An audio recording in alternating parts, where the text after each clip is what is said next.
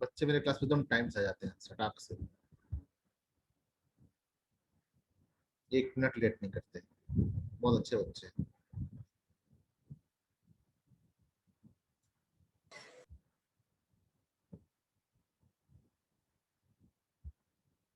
Good morning sir. Good morning. तो हम पढ़ रहे थे किसके बारे में? मेटल्स एंड नॉन मेटल्स के बारे में पढ़ रहे थे, है ना? Yes sir. तो हमने difference between metals and non metals पढ़ लिया था, और आगे देखते हैं क्या पढ़ना है हमें। इंग्लिश रीडिंग ट्रेजर्स आपको है ना उसकी भी रीडिंग करनी है, ठीक है? सिर्फ रीडिंग करनी है। कुछ टर्म्स एंड डेफिनेशंस है, इनको क्लियर करते हैं। सिर्फ मेटल्स एंड नॉन मेटल्स के चैप्टर में नहीं, बाकी सभी साइंस के चैप्टर्स में हेल्प करेगा। आपको लेसन की रीडिंग करनी है, is it clear? English reading treasures lesson 1 the donkey and the stall. Lord तो घर में कोई और क्लास भी चल रहा होगा, इसलिए मैंने म्यूट कर दिया है। आप में से जिसको से भी आंसर देना हो तो आप चैट रूम में लिख सकते हैं, या फिर अनम्यूट करके भी आंसर कर सकते हैं, ठीक है? So refer to page number 59। Good morning Vinati, good morning Ritika Malik.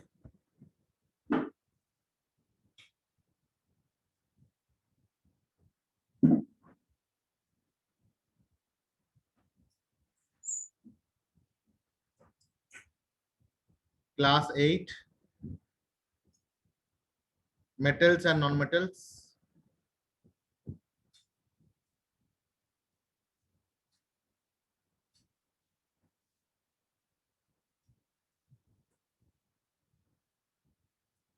ये है पीरियड 2, है ना? ये सेकंड पीरियड है इस चैप्टर का, और हमने अपने प्रीवियस चैप्टर में मेटल्स एंड नॉन मेटल्स के बारे में डिफरेंसेस देखा था। We had seen in the previous class the difference between metals and non metals. ठीक है, अब हम देखेंगे कुछ terms and definitions. Terms and definitions.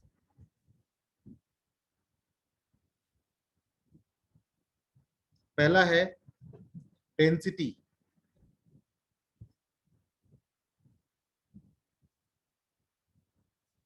Density को जानना बहुत जरूरी है मेटल्स को और नॉन मेटल्स को पहचानने के लिए। डेंसिटी का मतलब होता है मास per unit volume. Mass per unit volume is called as density। इसको हिंदी में घनत्व ही बोलते हैं, है ना? घनत्व मतलब कितना घना है वो, कितने मैटर हैं दिए गए किसी स्पेस में, कितने मैटर हैं, ठीक है?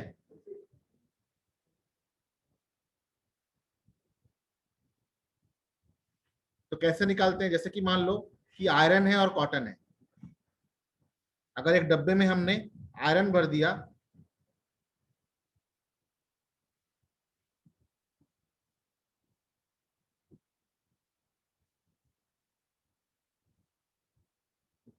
आयरन के डस्ट भर दिए एक डब्बे के अंदर, और दूसरे डब्बे के अंदर हमने कॉटन भर दिया, ठीक है?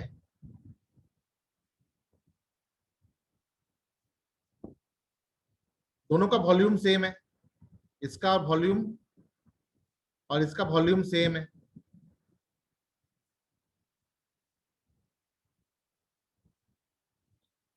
किसका वेट ज्यादा होगा? इसका वेट ज्यादा होगा,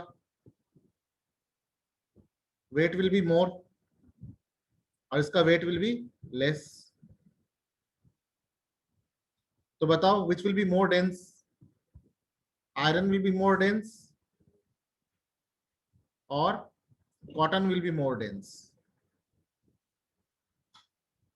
okay, fill the blank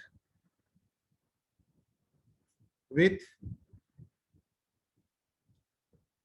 smaller than or greater than sign.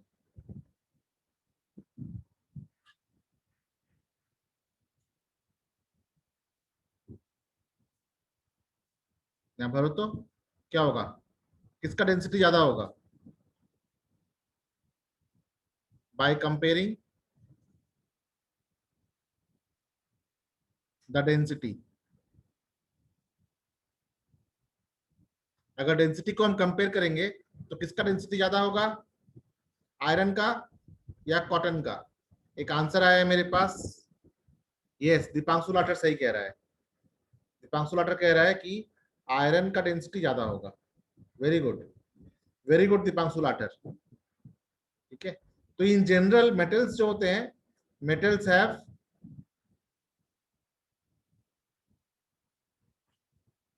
Higher density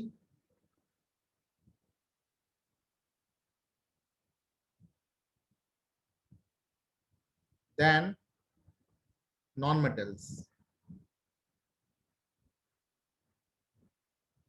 ठीक है, नॉन मेटल्स जो होते हैं उनसे मेटल्स का डेंसिटी ज्यादा होता है, घनत्व ज्यादा होता है।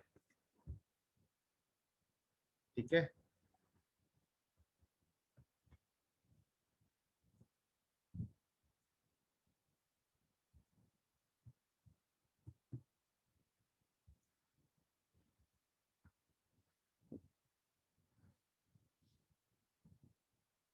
एक बार मैं अटेंडेंस ले लूं सबका, कौन कौन प्रेजेंट है। Very good, yes Priya you are also right. 19 students are present.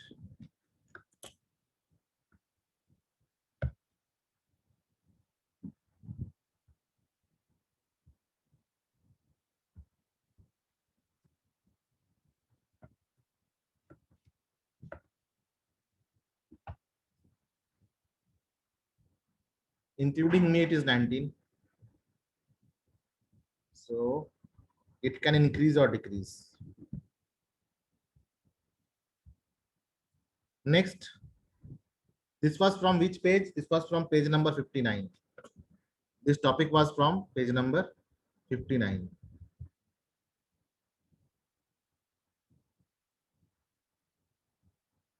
Same page में दिया हुआ है मैलिबिलिटी। मैलिबिलिटी को हमने पढ़ लिया है पहले ही, ठीक है, पहले वाले क्लास में। डक्टिलिटी को भी हमने पहले वाले क्लास में पढ़ लिया है। Good conductor of heat and electricity, ठीक है, good conductor of, what is the meaning of good conductor?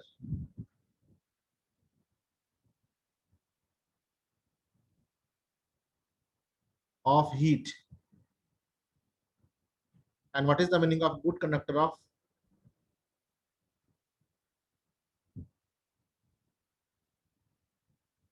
electricity?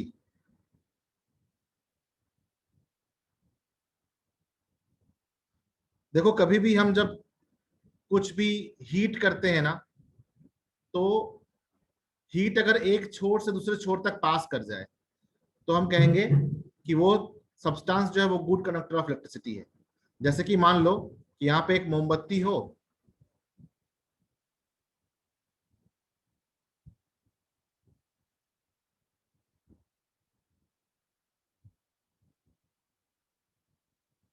और यहाँ पे हम एक स्पून लेकर आए, स्पून, एक आयरन का स्पून लेकर आ जाए,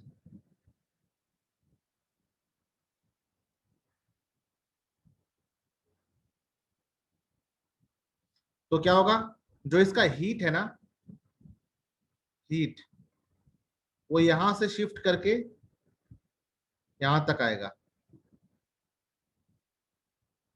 तो मेटल्स क्या करते हैं, it allows the heat to travel from one end to the other, है ना। तो गुड कंडक्टर मतलब क्या होता है, metals allow heat to travel from one end to the other. लेकिन अगर हम लकड़ी लेंगे तो क्या होगा, मान लो कि हमने कोई लकड़ी का टुकड़ा ले लिया,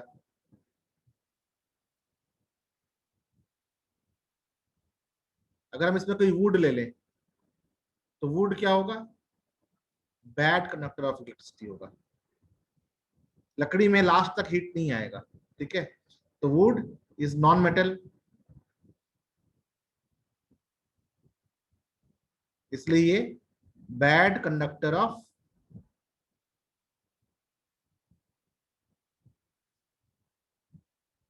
हीट होगा। उसी प्रकार से मान लो कि यहाँ पे एक सेल है ना, जिसको आप लोग बैटरी भी कहते हो, और यहां से हमने ले लिया एक वायर, कॉपर का वायर,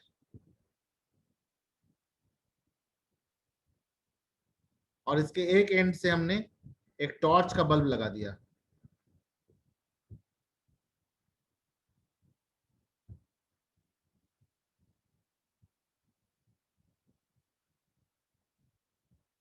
ठीक है, और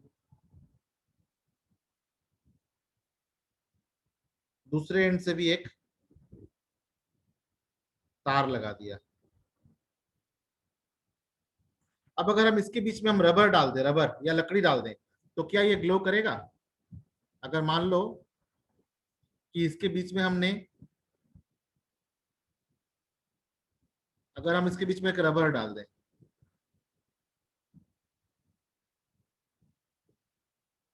तो क्या ये ग्लो करेगा? It will not glow. Very good, very good मनीत, very good. लेकिन आप इस प्रकार से नहीं लिख सकते, ऐसे लिखने से क्या होता है, फिर मैं लिख नहीं पाता, है ना। आप चैट रूम में लिखें तो ज्यादा अच्छा होगा। चैट रूम में चैट आ रहा है, वेरी गुड। लेकिन अगर सेम डायग्राम हम ड्रॉ करें यहाँ पे,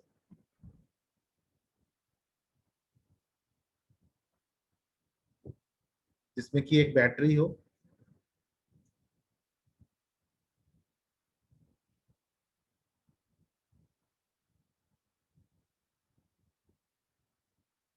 और एक बल्ब लगा दे,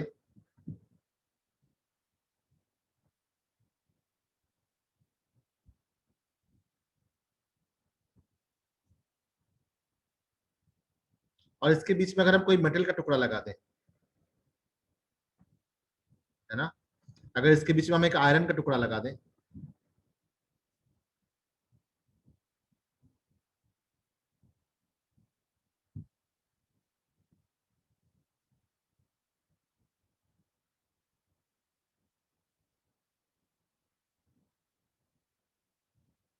अगर ये मेटल मेटल का टुकड़ा लगा दें हम, तो क्या ये ग्लो करेगा?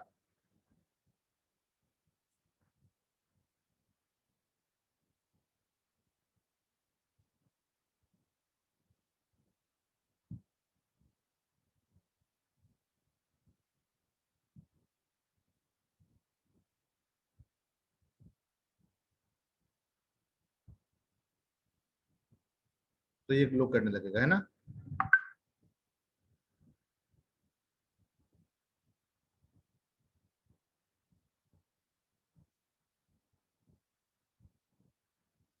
That means metals are good conductor,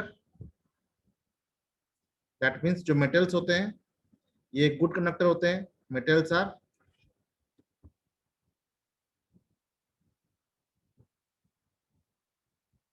good conductor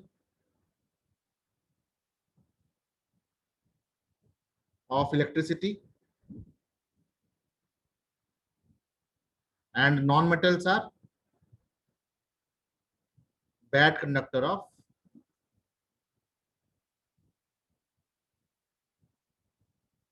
electricity। ठीक है, तो जो बैड कंडक्टर ऑफ इलेक्ट्रिसिटी होता है, इसके लिए एक टर्म यूज करते हैं, उसे हम कहते हैं इंसुलेटर। ठीक है, याद रखना, इंसुलेटर। तो इंसुलेटर के रूप में हम क्या यूज करते हैं? प्लास्टिक यूज करते हैं,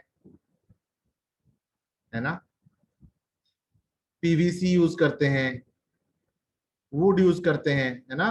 देखो लकड़ी का स्विच बोर्ड होता है, प्लास्टिक का स्विच होता है, पीवीसी का वायरिंग के ऊपर लेयर होता है, ताकि हमें करंट ना लगे। है ना। तो दोनों का यूज है, गुड कंडक्टर का भी यूज है और बैड कंडक्टर का भी यूज है, ठीक है। तो रबर, वुड, ये सब क्या है, बैड कंडक्टर ऑफ इलेक्ट्रिसिटी है।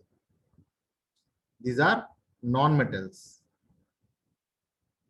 और ये बैड कंडक्टर ऑफ इलेक्ट्रिसिटी होते हैं, जबकि मेटल्स जो होते हैं वो गुड कंडक्टर ऑफ इलेक्ट्रिसिटी होते हैं, ठीक है। तो ये जो टॉपिक था ये किस पेज से था, ये टॉपिक था किस पेज से, पेज नंबर 60 से,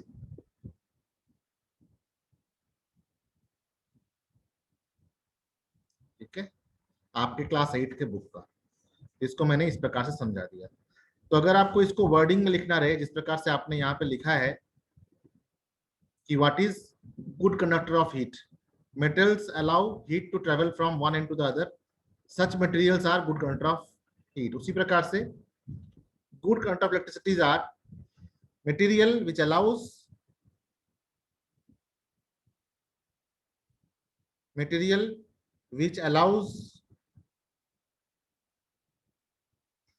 electricity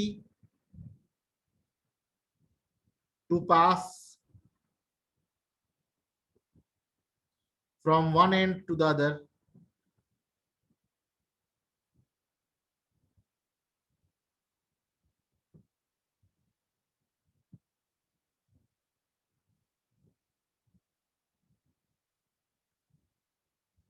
are called good conductor of electricity। तो आपके पाठ को मैंने इजी कर दिया, जो आपके चैप्टर में पेज नंबर 60 में जो भी व्याख्या दिया हुआ है, इस व्याख्या को मैंने सरल कर दिया है। आशा करते हैं कि आपको समझ में आ गया हो, और अगर समझ में आ गया हो तो चैट रूम में आप लिख सकते हैं यस सर अंडरस्टूड, आप लिख सकते हैं यस अंडरस्टूड, ठीक है। अचानक से अटेंडेंस बढ़ता हुआ और मेरा हौसला भी बढ़ता हुआ, इसी प्रकार से अच्छे अच्छे अटेंडेंस बनाते रहिए और टीचरों का हौसला बढ़ाते रहिए, ठीक है। जब आप लोग नहीं आते हैं तो हमारा मन बहुत दुखता है कि हम इतने मेहनत से पढ़ा रहे हैं और आप एब्सेंट हो रहे हैं, ठीक है। इसलिए टीचर्स के क्लास को मत मिस करिए। हम बहुत तैयारी करने के बाद फिर आपको पढ़ाने के लिए आते हैं, काफी होमवर्क करते हैं हम, पाठ को पढ़ने में नहीं, लेकिन किस प्रकार से आपके पाठ को और इंटरेस्टिंग बनाया जाए इसके लिए, है ना। Now 25 students are present.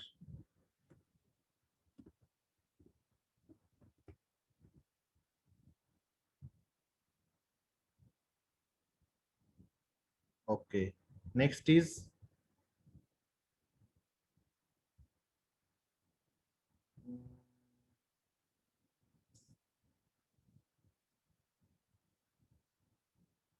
ये दो पार्ट हो गए।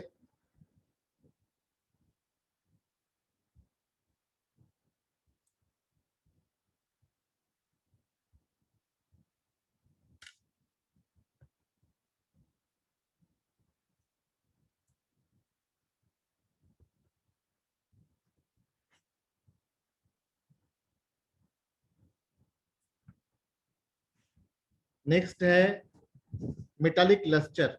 मेटालिक लस्टर के बारे में मैंने प्रीवियस क्लास में बता दिया था। लस्टर का मतलब होता है शाइन, एक प्रकार का चमक, है ना। तो अगर जिस सब्सटेंस में चमक सी होती है ना, मेटल की तरह चमक होती है, ठीक है, उसे कहते हैं लस्टरस, लस्टरस सब्सटेंस। तो देखना जैसे आयरन हो गया, टीन हो गया, ब्रास हो गया, ये चमकीले होते हैं ना, इसमें चमक सी होती है, तो इन सब सब्सटेंस को हम कहते हैं लस्टरस, है ना। तो लस्टरस के बारे में मैंने आपको पहले बता दिया था, इसलिए इसमें समय ना वेस्ट करते हुए जो मैंने नहीं बताया है उस पर चलते हैं, ठीक है।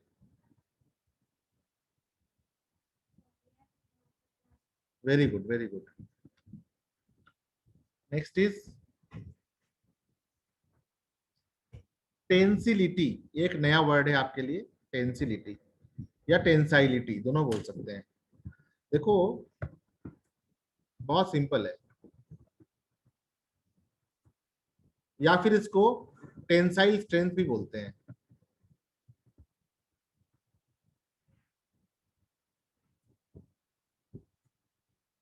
इसको टेंसाइल स्ट्रेंथ भी बोलते हैं। कैसे समझा जाए इसको? आप लोगों ने कभी कभी कपड़े सुखाने के लिए तार लगाई होंगी, है ना? तो मान लेते हैं कि हम दो पेड़ के बीच में एक तार लगा देते हैं, है ना? दो पेड़ लिया और दो पेड़ के बीच में एक तार लगा देते हैं।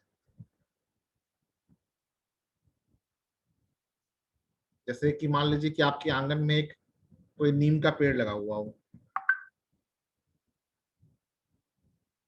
या कोई खंबा हो, कोई पोल हो, कुछ भी हो, है ना?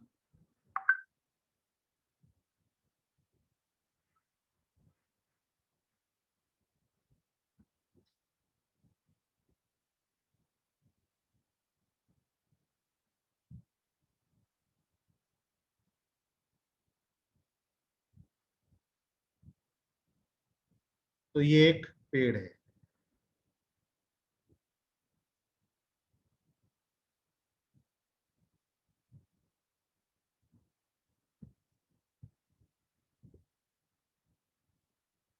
जूम में ड्राइंग करना भी बड़ा मजेदार है ना? कभी ड्राइंग की हो जूम में? देखो तो कितना अच्छा ड्राइंग बन गया।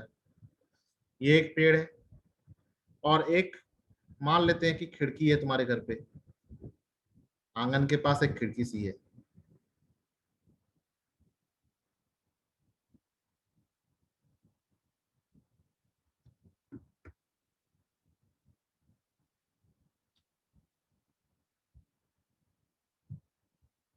है ना? और खिड़की पे क्या रहता है? खिड़की पे सरिया लगा रहता है, तार, लोहे लगे रहते हैं ना, ऐसे लोहे।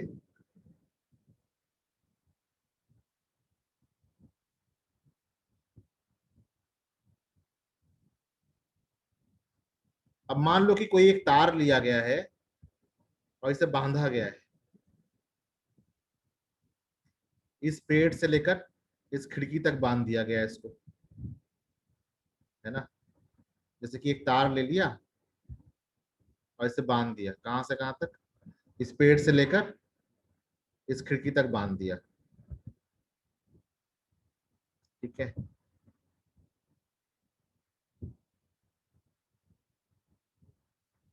तो अगर ये कॉटन का धागा होगा तो क्या हम इसमें कपड़े सुखा सकते हैं? टांग सकते हैं क्या कपड़े?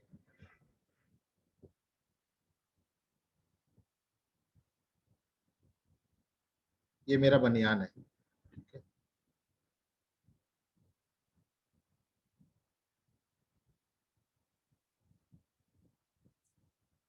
तो क्या दे रहे हैं हम इसमें? इसमें हम फोर्स लगा रहे हैं ना? और किस पे फोर्स लगा रहे हैं? एक लेंथ पे लगा रहे हैं। तो ये जो फोर्स पर यूनिट लेंथ लगाते हैं इसे कहते हैं हम टेंशन। नहीं कहते हैं बहुत टेंशन हो रहा है, मतलब दिमाग का तार जो है ना वो खिंच गया है। ठीक है? टेंशन मतलब होता है फोर्स पर यूनिट लेंथ। तो कितना फोर्स ये सह सकता है, कितना वजन सह सकता है, ठीक है, उसको हम कहते हैं टेंसाइल स्ट्रेंथ। ठीक है? Tensile strength, ability of any wire to bear the load. क्या होता है? Ability of any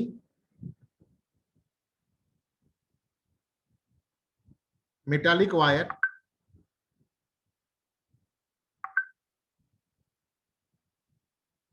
two bear the load.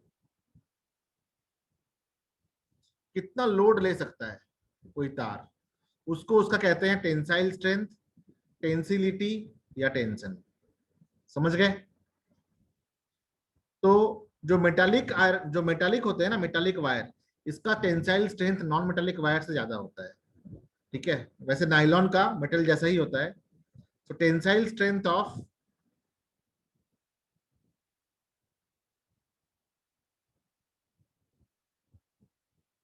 metals are higher than non-metals in general, higher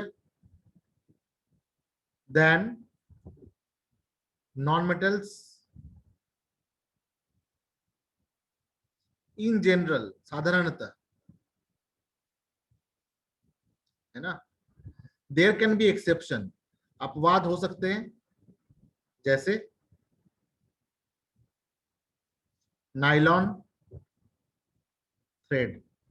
nylon thread का टेंसाइल स्ट्रेंथ स्टील के बराबर का है, ठीक है, ये जल्दी टूटता नहीं है, तो ये एक अपवाद है। लेकिन अगर हम कॉटन से कंपेयर करेंगे आयरन को, तो आयरन का टेंसाइल स्ट्रेंथ बहुत ज्यादा हुआ, है ना।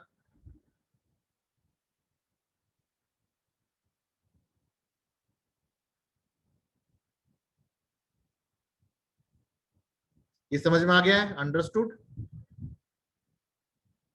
If you have understood then say understood.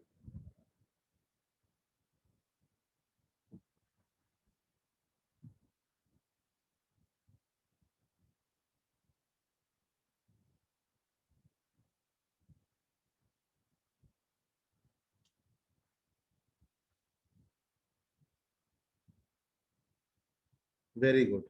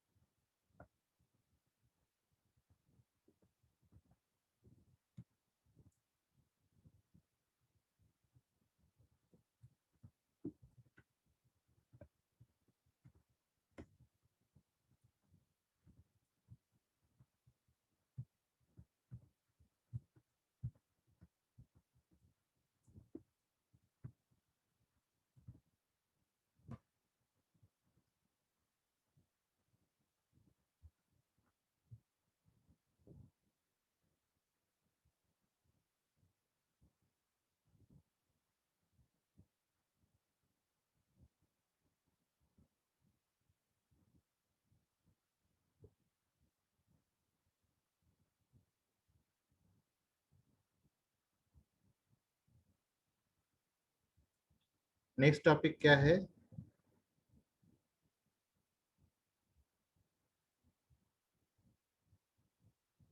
Sir tell malleability and ductility. अच्छा, यद्यपि मैलिबिलिटी एंड डक्टिलिटी मैंने पहले बता दिया था, फिर दोबारा भी जान लो, no problem, I can repeat it.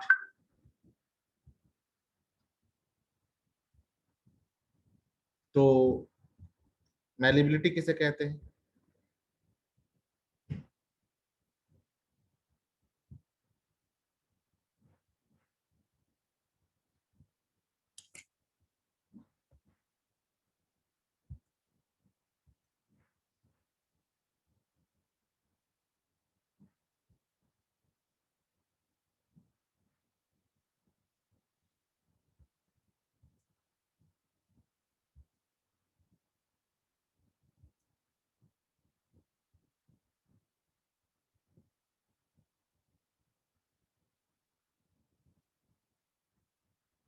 Malleability means ability of any metal to be beaten into sheets.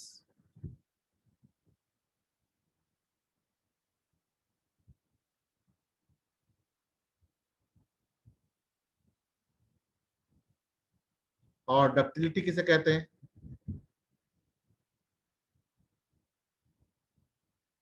Duct का मतलब होता है वायर, ठीक है। क्या लिखेंगे? Ability of any metal to be drawn into wire. देखो, ये इस प्रकार के फ्रेज को याद करना, ड्रॉन इनटू वायर, ठीक है। किसी भी लोहे, किसी भी धातु को या मेटल को वायर में कन्वर्ट होने की क्षमता को हम कहते हैं डक्टिलिटी। और किसी भी धातु को या मेटल को पीट पीट कर पतला बनाने की क्षमता को हम कहते हैं मैलिबिलिटी। ठीक है, ये है दोनों का मीनिंग। ठीक है,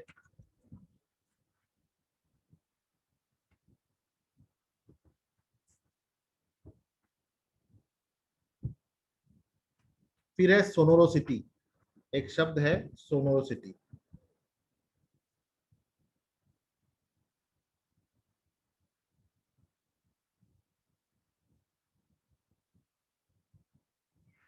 इसको सोनोरिटी भी कहते हैं। ठीक है? या सोनोरस प्रॉपर्टी कहते हैं।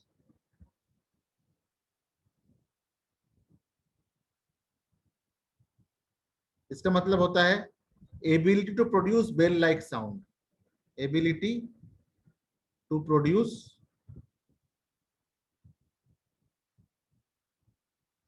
Bell like sound. मेटल्स को जब हम स्ट्राइक करते हैं तो उसमें घंटी की तरह आवाज आती है। ठीक है, इसे कहते हैं हम सोनोरोसिटी।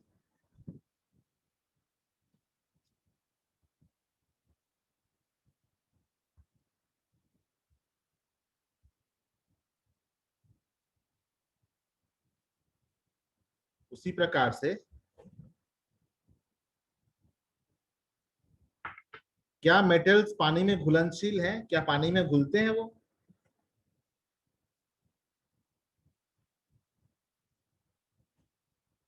solubility, ability to be dissolved in any liquid। किसी भी लिक्विड में घुल जाने की क्षमता को हम कहते हैं solubility। so metals are not soluble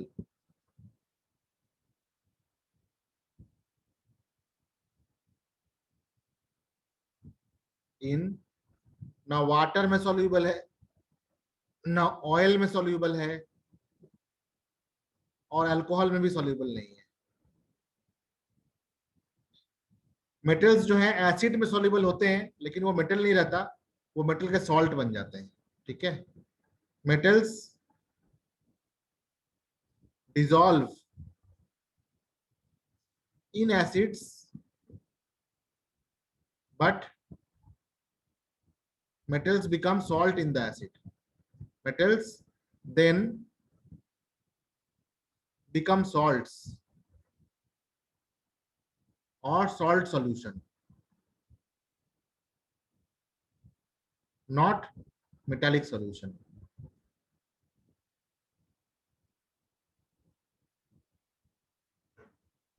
ठीक है, तो पानी में, तेल में, अल्कोहल में नहीं घुलते। और प्रॉपर्टी क्या है? they have high melting point and boiling point। metals have high melting point। ये बहुत हाई टेम्परेचर पे मेल्ट करता है।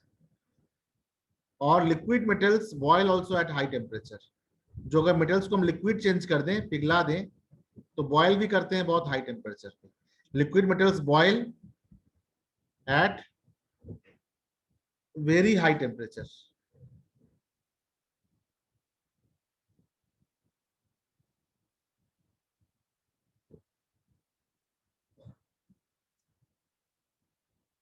Magnetic property.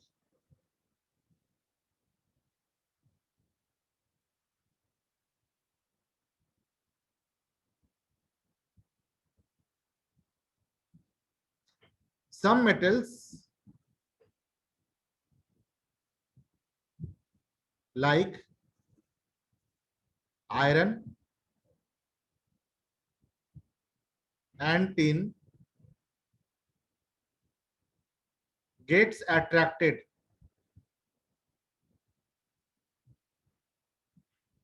towards magnet।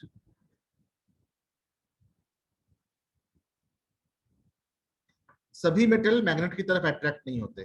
ठीक है, non magnetic metals are like non-magnetic metals do not get attracted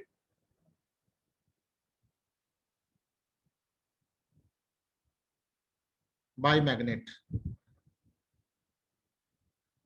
जैसे example copper, silver, gold. अब बोलो कि सर तो लिख रहे हैं गोल्ड और लिख रहे हैं एयू। एयू को केमिकली हम ऑरोगैरम बोलते हैं, और सिल्वर को हम अर्जेंटम बोलते हैं, और कॉपर को क्यूप्रम बोलते हैं साइंस में। इसलिए हम कॉपर को सीयू, सिल्वर को एजी और गोल्ड को एयू लिख रहे हैं। ये सभी नॉन मैग्नेटिक मेटल्स हैं, ये मैग्नेट की तरफ अट्रैक्ट नहीं होते, है ना। लेकिन आयरन और टीन जो है ये मैग्नेट की तरफ अट्रैक्ट हो जाते हैं, ये मैग्नेटिक प्रॉपर्टी था। ठीक है, तो ये सभी था फिजिकल प्रॉपर्टीज। अपने नेक्स्ट क्लास में हम पढ़ेंगे पेज नंबर 61, जिसमें केमिकल प्रॉपर्टीज के बारे में हमें पढ़ना है। ठीक है, तब तक के लिए धन्यवाद, शब्बा खैर, अलविदा, खुश रहें। ठीक है, फिर मिलेंगे चलते चलते। क्लास कैसा लगा बताएंगे, मजा आया तो लिखिए मजा आया, बोरिंग था तो लिखिए बोरिंग था। कॉन्सेप्ट क्लियर हो गया तो बोलिए कॉन्सेप्ट क्लियर हो गया।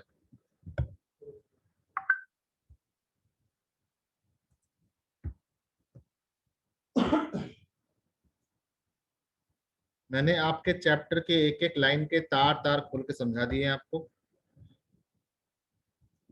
अगर आप ध्यान से पढ़ेंगे तो मेरी गारंटी है कि एग्जाम से पहले आपको पढ़ना नहीं पड़ेगा, आप अपने कंसेप्ट से लिख सकते हैं। लेकिन अगर आप रटने की कोशिश करेंगे और एग्जाम से एक दिन पहले पढ़ने की कोशिश करेंगे तो फिर मुश्किल होगा। Concept is clear, it is very beautiful and the best class. Thank you Anshu. Concept has clear, ये तो फ्रेंड्स लिख रहा है भाई, एंजॉयड द क्लास। अरे वाह, कॉन्सेप्ट का स्पेलिंग मजा आया, वेरी गुड। पता है मेरा 1 लीटर खून बढ़ जाता है जब तुम लोग कहते हो ना कि अच्छा लगा। मुझे लगता है मैं आधा घंटा और पढ़ा दूं। सभी टीचर्स को ऐसे ही कमेंट किया करना, ठीक है, इससे अच्छा लगता है। whenever you like something do comment on that। और डीपीएस गुसाई खेड़ा के यूट्यूब पेज में जो भी मैं पढ़ा रहा हूँ उसका वीडियो आपको मिल जाएगा, वहां जाके आप कोई क्वेश्चन है तो उस वीडियो के कमेंट सेक्शन में आप कमेंट लिख सकते हैं, तो मैं उस कमेंट के क्वेश्चन में जरूर आंसर दे दूंगा। ठीक है, all right. Yash Kashyap is saying you are my favourite teacher. अरे वाह, कोई तो बोला। कमेंट आए जा रहे हैं, कमेंट आए जा रहे हैं, कमेंट आए जा रहे हैं। देखो दुनिया वालों, बच्चे क्या कह रहे हैं मेरे बारे में। हाँ,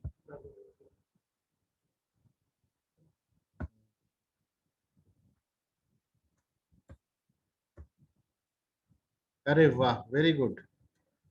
अरे वाह, it is very beautiful and the best class, thank you so much, you are the best teacher. अरे वाह, अब तो मेरा वजन बढ़ गया, विटामिन मिल गई, विटामिन। ऐसे ही बोला करो, ठीक है।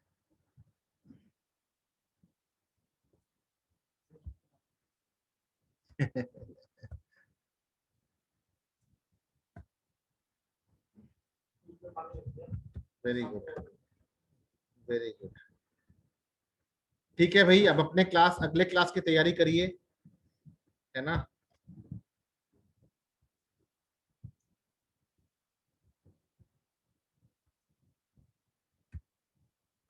आराम आराम से सिलेबस कंप्लीट हो जाएगा, आप लोगों को चिंता की बात नहीं है कोई। बहुत छोटा सा सिलेबस है, क्लास 8 कोई चीज ही नहीं है, बहुत सिंपल है, कॉमिक्स जैसा है। रोज के दिनचर्या से रिलेटेड क्वेश्चंस होते हैं। साइंस कुछ भी नहीं है, जो आपके आसपास दिखते हैं वही साइंस है। कोई बहुत बड़ा रॉकेट नहीं बनाना है आपको अभी, ठीक है।